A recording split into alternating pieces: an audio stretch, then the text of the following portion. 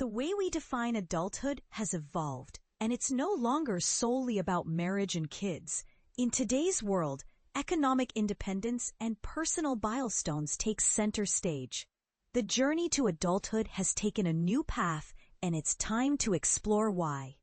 In the past, leaving home, finding a job, getting married, and starting a family were the typical steps to adulthood. However, the landscape has shifted dramatically. Rising costs of living, including housing, food, and gas, have made economic security a top priority for young adults. As a result, this shift is attributed to various societal and economic changes, such as higher education levels, increased female participation in the workforce, and the rise of alternative family structures. But here's where it gets interesting. The most common pathway to adulthood in 2024 is no longer about family, but about economic independence. Being in the labor force and living independently without marriage or kids describes about 28% of young adults today. This combination reflects the changing priorities and realities of modern life. And this is the part most people miss: the impact on personal identity. Over 80% of people surveyed believe moving out of the parental home and having a full-time job are crucial steps to becoming an adult.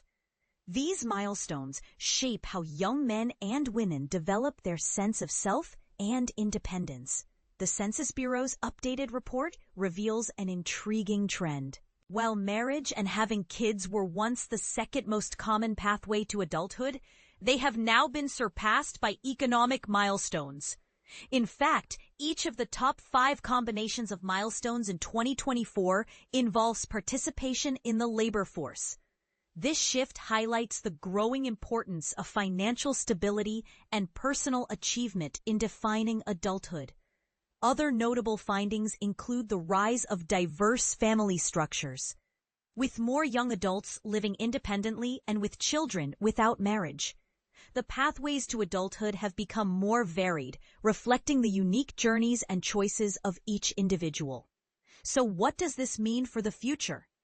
As economic markers become more prevalent, will the traditional milestones of marriage and kids continue to fade? And what impact will this have on society and our understanding of adulthood? These are questions worth exploring and discussing. Feel free to share your thoughts and opinions in the comments. Let's spark a conversation about the evolving definition of adulthood and the choices we make along the way.